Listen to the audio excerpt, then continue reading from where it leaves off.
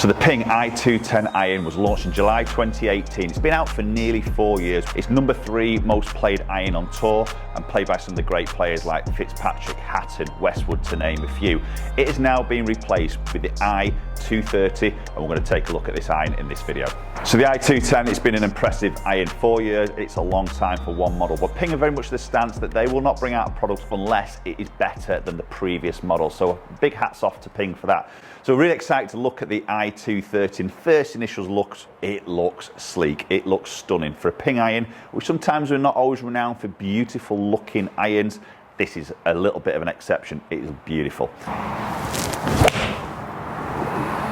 And that is a really super feel to that golf club and a really nice sound to kick things off. So lots of technology to talk about in the i230, which we're obviously going to run through. So I've got a 7 iron here. This is lofting at 33 degrees of loft. So it's the same loft as we see in the i210.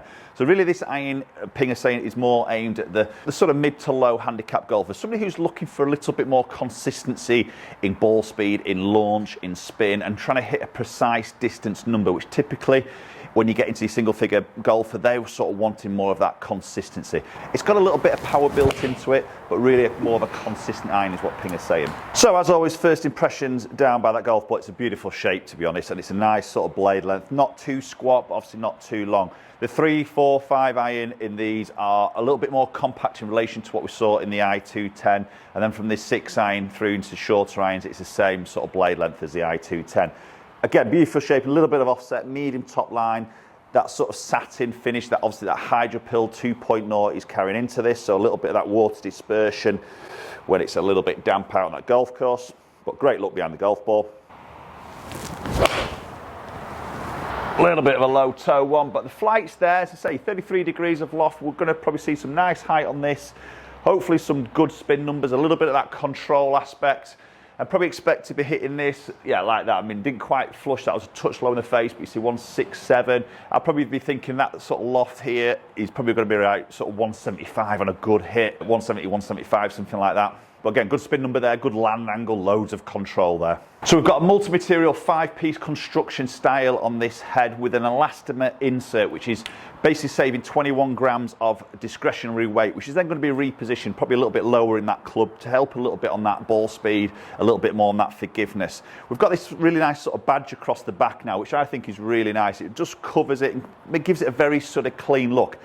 It's very sexy, I would say, for a Ping iron. The only downside I would say a little bit from there is there's actually a little bit of a gap in the heel on that badge on the back of the club.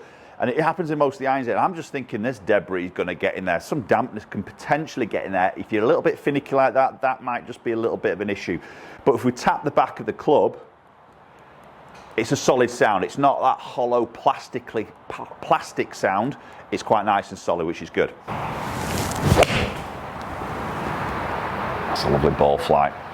It's a really nice sound to that as well. And again, I think that elastomer, we saw that in the i210. It was a very nice sounding golf club. Even though this is a 431 stainless steel body construction, it's not forged. It does have that more muted sound. So it has that appearance of maybe being a forged sort of sound to it.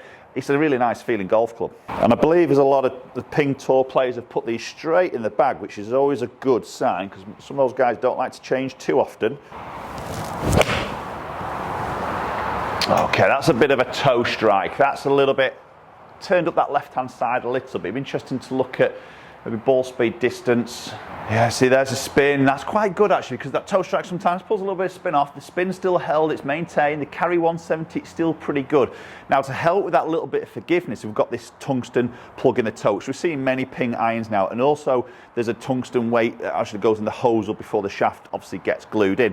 So that pulling that weight into the heel and the toe obviously helps with stability. Again, a little bit of that ball speed and forgiveness.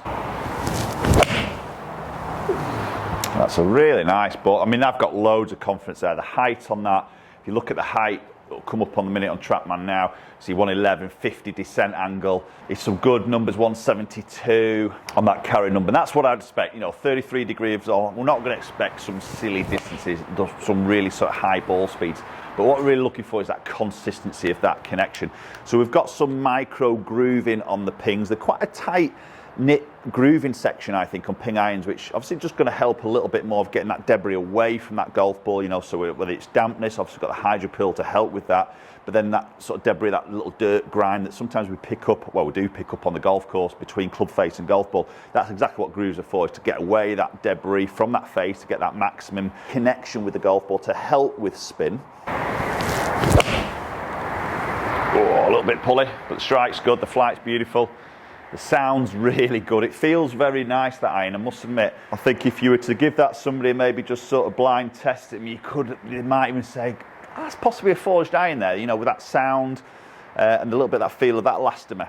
So Ping have made this front leading edge a little bit more rounded to help with a little bit of that bounce and some of that turf interaction out on that golf course. And availability wise, these are available in a 3-iron all the way through to pitcher wedge and a U wedge. So some good availability of options, obviously left-hand options as well.